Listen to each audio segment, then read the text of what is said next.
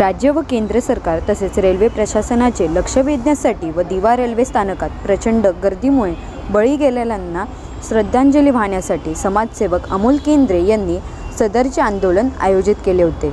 लाडक्या बहिणीच्या डोळ्यातील अश्रू पुसण्यासाठी व शालेय विद्यार्थी, ज्येष्ठ नागरिक व वृद्धांचा सुखकर प्रवासासाठी तातडीने दिवा मुंबई लोकल करावी असे केंद्रे यांनी यावेळी स्पष्ट केले।